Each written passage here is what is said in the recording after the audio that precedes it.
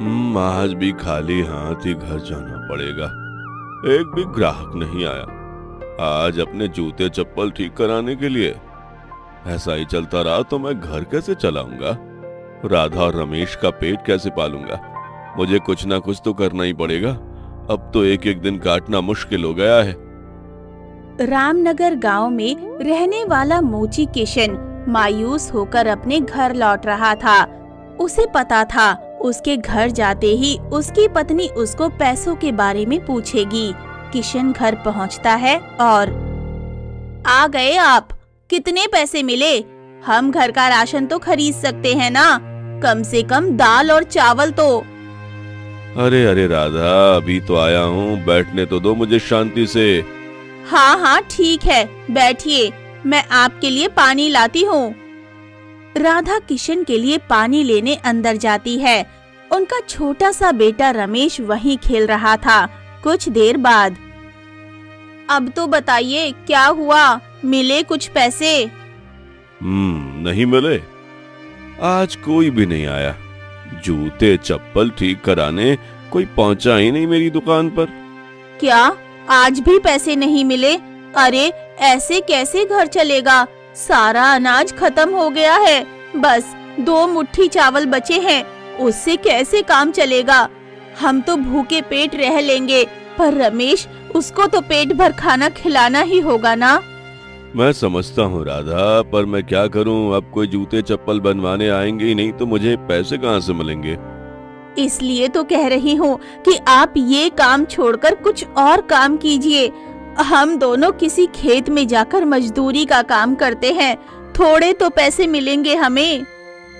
राधा, मैंने तुमसे कितनी बार कहा है, मैं एक मोची हूँ, बचपन से दादा और बापू को यही काम करते हुए देखा। मैंने कोई दूसरा काम नहीं सीखा है, नहीं कर सकता। कोई दूसरा काम करना मेरे खून में नहीं है। तो क्या हम ऐसे ही जीवन भर आधे पेट रहेंगे? हमारे बेटे को भी भूखा रखेंगे? आपको कुछ और काम करना ही होगा, नहीं तो मैं अपने बेटे को लेकर इस घर से चली जाऊंगी, कह देती हूँ। राधा गुस्से से बोलकर अंदर चली जाती है। अगले दिन किशन फिर से चौराहे पर आकर बैठता है।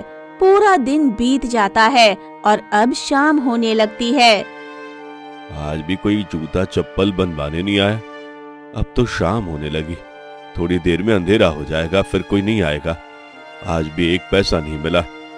क्या कहूंगा घर जाकर राधा से? उसने तो कहा था कि अब पैसे नहीं मिले तो वो घर छोड़कर चली जाएगी। क्या करूं अब? उसकी बात भी सही है। इतने सालों से मैंने उसे दिया ही क्या है, 2 समय पेट भर खाना भी नहीं दे पा रहा हूं मैं। चलो, अंधेरा होने से पहले घर लौटना पड़ेगा।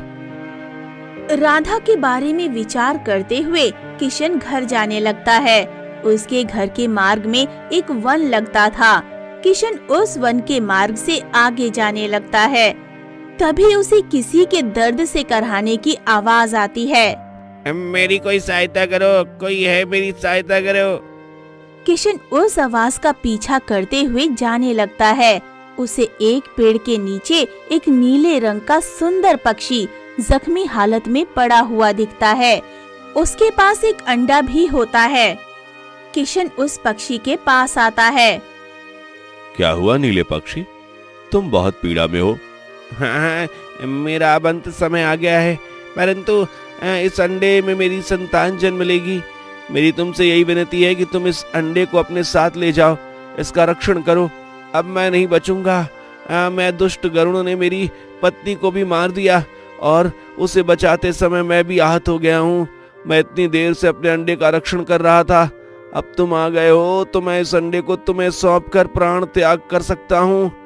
इससे पहले कि किशन कुछ कहता, उस नीले पक्षी के प्राण चले जाते हैं। किशन उसके अंडे को लेकर घर आता है। पिताजी, ये क्या लेकर आए हैं? अंडा अंडा खाएंगे हम? नहीं बेटा, ये अंडा हमारे लिए नहीं है। तो क्या लेकर आए हो खाने के लिए? कल ही मैंने आपसे कहा था कि घर में अब कुछ नहीं बचा है, अब लेकर आए तो क्या, एक अंडा? क्या करेंगे इस अंडे का?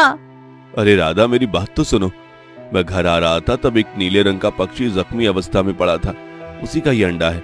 उस पक्षी ने मुझसे विनती की कि मैं इस अंडे का रक्षण करूं, इससे जो बच्चा बाहर आएगा उसका पालन करूं।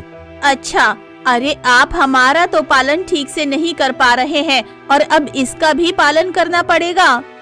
राधा किशन पर चिल्ला रही होती है। तभी वहाँ एक साधु आते हैं।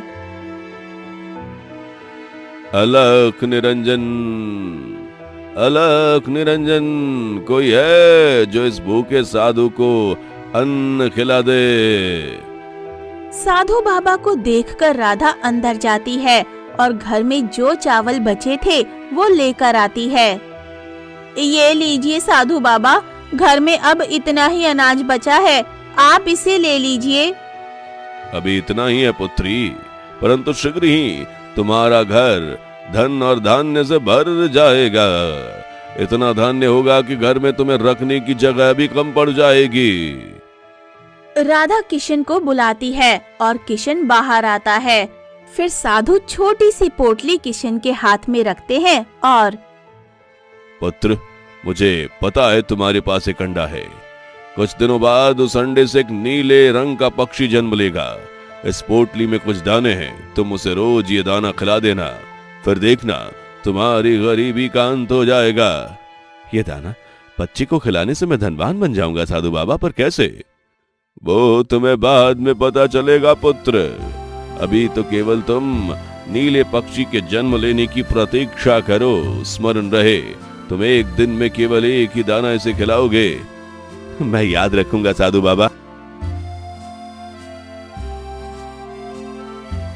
कुछ दिन बीत जाते हैं।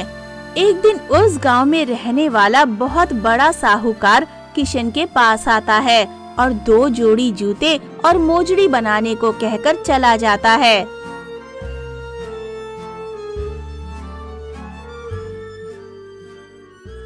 अरे वाह, इतने दिनों के बाद ही सही, पर आपको कितना बड़ा काम मिला है। अब तो हमें बहुत सारे पैसे मिलेंगे। हाँ, साधु बाबा ने कहा था कि संडे के होने से हमारी गरीबी समाप्त हो जाएगी। शायद ये इसकी शुरुआत है। चलो, मैं अब काम पर लग जाता हूँ, बहुत काम है। राधा और किशन दोनों बहुत खुश हो जाते हैं। कुछ दिनों में किशन अपना काम खत्म कर लेता है और साहूकार उसे अच्छे पैसे देकर चला जाता है।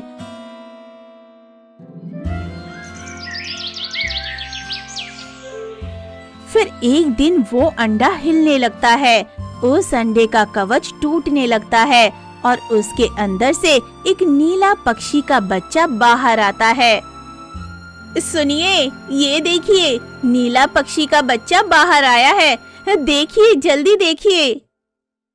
अरे वह कितना सुंदर है ये। हाँ, देखिए तो। आमतौर पर बाकी पक्षियों के बच्चों के पंख बाद में तैयार होते हैं, पर इसके पंख तो अभी से हैं और कितने सुंदर हैं। साधु बाबा ने दी हुई पोटली लेकर आता हूँ, देखो तो वो दाना खा पाता या नहीं। किशन साधु की दी हुई पोटली खोलकर उससे एक दाना निकालता है और नीले पक्षी को खिला देता है। नीला पक्षी चाव से वो दाना खाने लगता है। अरे वाह, इसने तो जन्म लेते ही अनाज का दाना खा लिया है। अब आगे क्या होगा? पता नहीं, अब साधु बाबा ने कहा था कोई चमत्कार होगा ही, देखते हैं। अगले दिन जहाँ वो नीला पक्षी बैठा था, वहाँ एक सोने का अंडा दिखाई देता है। राधा उस सोने के अंडे को देखती है और अजी सुनिए, ये देखिए। क्या हुआ? ये देखिए, सोने का अंडा। सोने का अंडा? हाँ, लगता है यही वो चमत्कार है। साधु बाबा ने कहा था कि इसे एक ही दाना खिलाओ और अब इसने एक सोने का अंडा दे दिया है। इसका अर्थ है कि ये रोज एक दाने के बदले हमें एक सोने का अंडा देगा। हाँ, ऐसा ही होगा। अगर ऐसा हो गया तो हम तो सच में धनवान बन जाएंगे। धन्य हो उस नीले पक्षी का जिसने अपने अंडे का रक्षण करने की जिम्मेदारी आपको दे दी। अब तो आपको मोची का काम करने की भी कोई आवश्यकता नहीं है। नहीं, मैं ये काम करूंगा ही। इस पक्षी से मिलने वाला धन मेरी कमाई का नहीं है और ऐसा धन कभी हमारे अंत साथ नहीं देगा। मैं अपनी खानदानी मोची का काम करूंगा और रमेश को भी सिखाऊंगा। भविष्य में कभी आवश्यकता हो तो उसे ये काम आना चाहिए। दिन बीतने लगते हैं। किशन रोज उस नीले पक्षी को साधु बाबा का दिया हुआ एक दाना खिलाता रहता है और नीला पक्षी उसे रोज सोने का अंडा देता है। कुछ साल बीत जाते हैं। अब किशन का बेटा रमेश भी बड़ा हो गया था। उसकी सहायता से किशन अपना नया घर बनवा लेता है। धनवान बनने के बाद भी किशन अपना मोची का काम ही करता था। एक दिन रमेश, चलो मेरे साथ मोजड़ी बनाना शुरू करो। पिताजी, हमारे पास इतना पैसा है, हम ये काम करें क्यों? ये हमारा नीला पक्षी हमें इतने सोने के अंडे जो दे रहा है। हाँ, वो उसका काम कर रहा है तो हमें अपना काम करना चाहिए। चलो जल्दी से सब सीख लो। किशन रमेश को सब सिखाने की बहुत कोशिश करता है, पर रमेश का ध्यान काम में नहीं होता है। उधर राजमहल में महाराज शिखर अपनी अंतिम सांसें गिन रहे होते हैं। राजकुमार उनके पास खड़े रहकर, वैद्य जी, आपकी कोई भी मंत्र पिताश्री को स्वस्थ नहीं कर रही है। आप कुछ भी कीजिए और मेरे पिताजी को ठीक कीजिए। नहीं पुत्र, लग रहा है अब मैं नहीं बच पाऊंगा। मेरे बाद तुम्हें इस राज्य की भाग दौड़ अपने हाथों में लेनी है। नहीं पिताश्री, आपको कुछ नहीं होगा। मैं आपको कुछ होने नहीं दूंगा। वैद्य जी, आप बताइए ऐसी कौन सी दवाई, जड़ी बूटी, औषधि है जिसका उपयोग पिताश्री की बीमारी को ठीक कर सकता है? राजकुमार, दूर पहाड़ी पर एक दिव्य सेब उगता है। वो सेब हर रोग पर काम करता है, परंतु अब वो वृद्ध हो गया हूं मैं। मुझे इतनी शक्ति नहीं रही कि मैं जाकर वो सेब तोड़ लाऊं। कोई बात नहीं वैद्य जी, मैं खुद जाकर वो जादुई सेब ले आऊंगा। पुत्र, उस वन में जाना खतरे से खाली नहीं। उस वन में कई वन्य जीव रहते हैं। आप चिंता मत कीजिए पिताश्री, मुझे कुछ नहीं होगा। राजकुमार, उस घने वन में एक पहाड़ी पर वो जड़ी बूटी उगती है। आप संभल कर जाना। जी, मैं शीघ्र ही उस सेब को लेकर आने का प्रयास करता हूँ। राजकुमार वन में जाने लगते हैं। उधर किशन के घर रमेश विचार कर रहा होता है। ये नीला पक्षी रोज हमें एक अंडा देता है, क्यों ना इसे एक दिन सभी दाने खिला दूं। एक साथ ही उसके पेट से कई सारे अंडे निकल आएंगे। वो सभी अंडे बेचकर हम एक ही दिन धनवान बन जाएंगे। हाँ, अभी माँ बापू भी घर में नहीं है, यही समय सही है। रमेश साधु बाबा के दिए हुए अनाज के सभी दाने एक साथ नीले पक्षी को खिला देता है। अगले दिन रमेश नीले पक्षी को पकड़ता है और चलो अब तुम्हें मारकर तुम्हारे पेट से सारे सोने के अंडे निकाल लेता हूँ। रमेश चाकू लेकर नीले पक्षी पर चलाने ही वाला होता है। तभी नहीं, तुम मुझे मत मारो, मैं तुम्हें रोज सोने का अंडा देता हूँ। अचानक नीले पक्षी को ऐसे बोलता हुआ देखकर रमेश चौंक जाता है और उसके हाथ से पक्षी छूट जाता है। हाँ, देते हो। मुझे अब एक साथ तुम्हारे अंडे चाहिए। मैं जल्दी से ज्यादा धनवान बनना चाहता हूँ। मैं इतने वर्षों से तुम्हारे साथ रह रहा हूँ, तुम मुझे कैसे मार सकते हो? मैं धनवान बनने के लिए कुछ भी कर सकता हूँ। रमेश नीले पक्षी को पकड़ने की कोशिश करने लगता है। तभी अवसर देखकर नीला पक्षी घर से बाहर उड़ जाता है। रमेश नीले पक्षी के पीछे भागता है, पर उसे वो कहीं दिखाई नहीं देता है। इधर राजकुमार जा रहे होते हैं। मार्ग में उन्हें वही साधु मिलते हैं जो कुछ सालों पहले किशन मोची को मिले थे।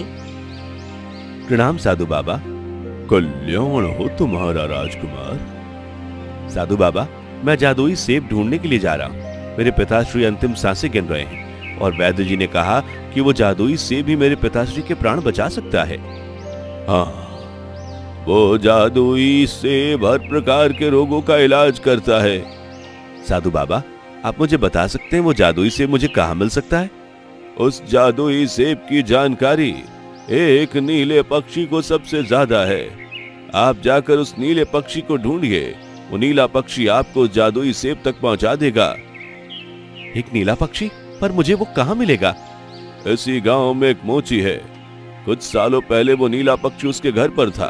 कदाचित उस नीले पक्षी की मुक्ति का भी अब समय आ गया है। नीले पक्षी का आपसे मिलना ये उसके लिए एक अवसर होगा। राजकुमार, आप इस अंगूठी को अपने पास रखिए। ये दिव्य अंगूठी, ये अंगूठी पहनने पर आपको अदृश्य होने की शक्ति मिलेगी। जादुई सेब प्राप्त करने के समय आपको इसकी आवश्यकता पड़ सकती है। धन्यवाद साधु बाबा। राजकुमार साधु बाबा से आशीर्वाद लेकर किशन के घर आते हैं। राजकुमार, आपको बापू से कुछ काम है क्या? पर बापू घर पर नहीं है। आपको मोजड़ी बनवानी है? अरे तो आपने आने का कष्ट क्यों किया? हमें बुला लिया होता। तुम मुझे कुछ बोलने का समय दो। मैं यहाँ मोबड़ी बनवाने नहीं आया हूँ। मुझे वो नीला पक्षी चाहिए जो तुम्हारे पास था। क्या वो नीला पक्षी? आपको उस नीले पक्षी की क्या आवश्यकता पड़ गई? ओ, मैं तुम्हें बाद में बता दूंगा। पहले तुम मुझे वो पक्षी दो। अच्छा, आपको भी सोने के अंडे चाहिए, इसलिए आप उस नीले पक्षी की मांग कर रहे हैं ना? मुझे किसी सोने के अंडे के विषय में पता नहीं है, और मुझे उसके लिए वो नीला पक्षी नहीं चाहिए। उस नीले पक्षी को एक जादुई सेब कहाँ है वो पता है। मुझे वही सेब चाहिए, इसलिए मैं उस नीले पक्षी को ढूंढ रहा हूँ। अच्छा, पर वो पक्षी तो घर में नहीं है। घर में नहीं है मतलब कुछ समय पहले ही उड़ गया। क्या? पर वो कहाँ गया? तुमने उसे ढूंढा नहीं? बहुत ढूंढा राजकुमार, पर मिला नहीं। वो तो एक पक्षी है, कहीं भी जा सकता है। राजकुमार हताश होकर रमेश के घर से बाहर आते हैं। वो पहाड़ी पर जाने के लिए वन के मार्ग से आगे जाने लगते हैं। इधर किशन और राधा घर वापस आते हैं। किशन देखता है कि नीला पक्षी घर पर नहीं है। फिर रमेश, पक्षी कहाँ गया? और साधु बाबा ने दी हुई पोटली की भी कहीं नहीं दिख रही है। कहाँ है? वो बापू। क्या वो कर रहे हो? सच बताओ जल्दी, क्या हुआ है? बापू, वो मैंने विचार किया कि वो पक्षी रोज एक सोने का अंडा देता है। अगर इसे एक साथ सारे दाने खिला दिए जाए तो वो हमें कई सारे सोने के अंडे दे देगा, इसलिए मैंने उसे सारे दाने खिला दिए। हाँ, पर पक्षी कहाँ गया? वो बापू, वो पक्षी तो उड़ गया। क्या उड़ गया? तुमने उसे रोका नहीं? बापू, मैंने उसे रोकने की बहुत कोशिश की, पर वो इतने झट से उड़ गया कि मेरे हाथ ही नहीं आया। कुछ देर पहले राजकुमार भी उस पक्षी को ढूंढते आए थे। क्या राजकुमार आए थे? हाँ, वो कह रहे थे उसे नील पक्षी को किसी जादुई सेब के बारे में कुछ पता है। रमेश किशन और राधा को आधी अधूरी बात बताता है। राजकुमार वन में पहुंचते हैं। तब वहां उन्हें शिकारी के जाल में फंसी एक गिलहरी दिखाई देती है। राजकुमार को उसे ऐसे पीड़ा में देखकर दुख होता है और वो उस गिलहरी को जाल से बाहर निकालते हैं। और फिर आपका बहुत बहुत धन्यवाद राजकुमार। आज आप नहीं आते तो मैं इस जाल में फंसकर मर जाती। अरे गिलहरी, तुम मेरी भाषा कैसे बोल सकती हो? राजकुमार, ये वन दिव्य शक्तियों से युक्त है, इसीलिए यहाँ हर प्राणी मनुष्य की भाषा बोल सकता है। आज आपने मेरी इतनी बड़ी सहायता की है। राजकुमार, जब भी आपको सहायता की आवश्यकता हो, एक बार मुझे पुकारिए, मैं आपकी सहायता के लिए प्रकट हो जाऊंगी। मैं अभी जादुई सेब ढूंढने जा रहा हूँ। मुझे उस नीले पक्षी से मिलना है। तुम मुझे बता सकती हो वो मुझे कहाँ मिलेगा? नहीं राजकुमार, नीले पक्षी को हमने वन में कभी नहीं देखा है। राजकुमार ठीक है कहकर आगे चले जाते हैं। आगे वो देखते हैं कि एक तालाब में एक हिरण डूब रहा है। उसे देखकर राजकुमार तालाब में कूद जाते हैं और उस हिरण को डूबने से बचा लेते हैं। राजकुमार, आपने मेरी सहायता की है, इसलिए आपको जब भी आवश्यकता होगी मैं आपकी सहायता की अवश्य करूंगा। हिरण, मुझे बताओ वो नीला पक्षी कहाँ मिल सकता है? नहीं राजकुमार, उस नीले पक्षी के विषय में हमने सुना है, परंतु उसे देखा नहीं है। अच्छा ठीक है, मैं उसे ढूंढता हूँ। राजकुमार आगे जाने लगते हैं। थोड़ी दूर जाने पर उन्हें एक बड़ा कौवा दिखाई देता है। राजकुमार को देखकर कौवा जोर जोर से कांव कांव करने लगता है। क्या हुआ कौवे? तुम इतनी जोर से चिल्ला क्यों रहे हो? क्यों क्यों राजकुमार, मुझे बहुत प्यास लगी है। क्यों क्यों, बहुत दिन से मैंने पानी नहीं पिया है। क्यों, मैं इतना कमजोर हो गया हूँ, उड़कर तालाब तक नहीं जा सकता। ठीक है, मैं तुम्हारे लिए पानी का प्रबंध करता हूँ। राजकुमार तालाब पर जाकर कौवे के लिए पानी लेकर आते हैं। कौवा पेट भरकर पानी पीता है और फिर क्यों क्यों राजकुमार, आज मुझे पानी पिलाकर बहुत पुण्य का काम किया है आपने। आज यदि मुझे पानी ना मिला होता तो कदाचित मेरी प्यास के कारण मृत्यु हो जाती। नहीं, ऐसा मत कहो। किसी भी जीव की रक्षा करना मेरा कर्तव्य है। भविष्य में कभी मुझे आपकी मदद करने का मौका मिला तो मैं जरूर सौभाग्य समझ के आपकी मदद करूंगा। भविष्य का तो पता नहीं मित्र, परंतु अभी तुम्हारी सहायता की आवश्यकता है। मेरे पिताश्री अंतिम सांसें गिन रहे हैं। उनके लिए मुझे जादुई सेब चाहिए। उसके लिए मुझे नीले पक्षी से मिलना है। मुझे बता सकते हो कि वो मुझे कहाँ मिल सकता है? क्या राजकुमार, कुछ देर पहले नीला पक्षी इस वन में आया है। वन के उत्तर भाग में एक सोने का पेड़ है। उस पेड़ पर ही आपको नीला पक्षी मिलेगा। क्या, सोने का पेड़? राजकुमार को कौवे की बात कुछ अजीब लगती है, पर वो उत्तर दिशा में जाने लगते हैं। बहुत देर चलने के बाद राजकुमार को सोने का पेड़ दिखाई देता है। राजकुमार उस पेड़ को देखकर खुश हो जाते हैं और पेड़ के पास आते हैं। उन्हें पेड़ पर नीले रंग का पक्षी दिखाई देता है। आइए राजकुमार, मुझे पता था आप यहाँ आने वाले हैं। मुझे तुम्हारी सहायता की बहुत आवश्यकता है। मुझे वो जादुई सेब चाहिए, तो मुझे वो सेब तक ले जाओ। राजकुमार, मैं आपको सेब के पेड़ के पास ले तो जाऊंगा, पर आप सेब को प्राप्त नहीं कर सकते। तुम ऐसा क्यों कह रहे हो नीले पक्षी? उस पेड़ की रक्षा खूंखार शेर करता है। उस शेर के वहां रहते हुए आपको वो सेब का पेड़ नहीं मिलेगा और ना आप उस पेड़ से सेब तोड़ पाओगे। मुझे किसी भी स्थिति में उसे प्राप्त करना है। मैं कुछ करता हूँ। फिर राजकुमार को हिरण की बात याद आती है। राजकुमार मन ही मन हिरण का स्मरण करते हैं। कुछ ही क्षणों में हिरण वहाँ प्रकट हो जाता है। मुझे तुम्हारी सहायता की आवश्यकता है मित्र। फिर राजकुमार हिरण को सब बात बता देते हैं। आप चिंता मत कीजिए महाराज, मैं आपके साथ उस पेड़ के पास आता हूँ। मुझे देखकर शेर मेरे पीछे आएगा, तब आप शेर तोड़ लेना। शेर चला भी जाए, फिर भी उस पेड़ पर जहरीले नाग होते हैं।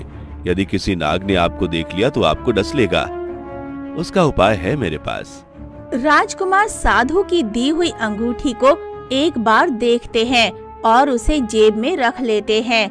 राजकुमार उस पेड़ की दिशा में चलने लगते हैं। नीला पक्षी उनके आगे उड़ रहा था, वहीं हिरण राजकुमार के पीछे चल रहा था। सभी पथरीले रास्ते से जा रहे थे। चलते चलते राजकुमार का पैर एक पत्थर से टकरा जाता है और राजकुमार नीचे गिर जाते हैं। राजकुमार की जेब में दिव्य अंगूठी थी, वो एक बिल में गिर जाती है। राजकुमार, आप ठीक तो है ना? हाँ, मैं ठीक हूँ, परंतु मुझे साधु बाबा ने दी हुई दिव्य अंगूठी का उस बिल में गिर गई। उस अंगूठी की मुझे आवश्यकता है। अब किस प्रकार उसे बाहर निकालूं? राजकुमार विचार करने लगते हैं। तभी उन्हें गिलहरी का स्मरण होता है। वो गिलहरी को पुकारते हैं और गिलहरी राजकुमार के सामने प्रकट हो जाती है। बताइए राजकुमार, मैं आपकी क्या सहायता कर सकती हूँ? गिलहरी, मेरी अंगूठी उस बिल में गिर गई है। वो मेरे लिए बहुत मूल्यवान है। तुम उसे बाहर निकाल लाओ। बस इतनी सी बात, मैं अंगूठी को अभी निकाल देती हूँ। गिलहरी बिल में जाती है और अंगूठी लेकर बाहर आती है। राजकुमार अंगूठी को अपने हाथ में पकड़ते हैं और सब लोग आगे चलने लगते हैं। कुछ देर के बाद सब उस पेड़ के पास पहुंच जाते हैं। राजकुमार देखते हैं कि उस पेड़ की एक टहनी पर केवल एक सेब लटका हुआ है। वो सेब लाल रोशनी से चमक रहा था। सभी एक पेड़ के पीछे खड़े रहकर देखने लगते हैं। राजकुमार, वो देखिए, वो रहा जादुई सेब और उस पेड़ के नीचे खड़ा है शेर। राजकुमार, मैं उस शेर के सामने जाता हूँ, आप उस सेब को उस पेड़ से निकाल लीजिए। शेर, तुम तक पहुंचने से पहले ही तुम दूर भाग जाना, अपने प्राणों पर कोई संकट ना आने देना। यदि मेरे कारण तुम्हारे प्राण संकट में आ गए तो मैं कभी अपने आप को क्षमा नहीं करूंगा। आप मेरी चिंता मत कीजिए राजकुमार, मैं शेर को अपने पास आने नहीं दूंगा। हिरन शेर के सामने जाकर खड़ा हो जाता है। हिरन को देखकर शेर एक जोर की दहाड़ लगाता है। हिरन भागने लगता है और शेर उसके पीछे चला जाता है। राजकुमार वो अंगूठी पहन लेते हैं और अदृश्य हो जाते हैं। फिर राजकुमार उस पेड़ से वो जादुई सेब तोड़ लेते हैं। अचानक वो नीला पक्षी एक देवता में बदल जाता है। ये सब देखकर राजकुमार आश्चर्य में पड़ जाते हैं। प्रणाम देव, मुझे ये सब देखकर बहुत आश्चर्य हो रहा है। ये सब क्या है? राजकुमार, मैं स्वर्ग का एक देवता हूँ। एक श्राप के कारण मुझे एक नीले पक्षी में परिवर्तित होना पड़ा। आज मेरे कारण आपके पिताश्री के प्राणों की रक्षण हो रहा है, इसलिए मेरे श्राप का समाधान हो गया और मैं अपने वास्तव रूप में आ गया हूँ। एक बात बताइए, वो मोची का बेटा तो कह रहा था कि आप उन्हें सोने के अंडे देते थे, वो सब क्या था? जब मैं अंडे में परिवर्तित हुआ तब मैं नील रंग के पक्षी के घोंसले में था। उसी नीले रंग के पक्षी के जोड़े ने मुझे समझा कि मैं उनका ही अंडा हूं। वो मुझे पालने लगे। किसी कारण से हम बिछड़ गए। उस मोची ने मेरा ख्याल रखा, इसलिए मैं उसे रोज सोने का अंडा देता था। जिस साधु ने आपको दिव्य अंगूठी दी थी, उन्हीं के माध्यम से मुझ में सोने के अंडे देने की शक्ति उत्पन्न हुई। आपका बहुत बहुत आभार देव। गिलहरी, तुमने और हिरन ने भी मेरी बहुत सहायता की, और हाँ, उस कौवे ने भी। यदि तुम मेरी सहायता नहीं करते तो मैं ये फल प्राप्त नहीं कर पाता। साधु बाबा दिव्य अंगूठी दी, इसलिए उन्हें मैं जितना धन्यवाद दूं उतना कम है। राजकुमार, अब आप समय व्यर्थ ना करें, तुरंत महल में जाएं और पिताश्री को ये फल खिला दें। इतना कहकर देवता लुप्त हो जाते हैं। राजकुमार आदित्य महल आते हैं और महाराज शिखर को वो जादुई सेब खिला देते हैं। महाराज शिखर सेब खाने से स्वस्थ हो जाते हैं। नीले पक्षी और जादुई सेब के कारण राजकुमार अपने पिता को बचा लेते हैं।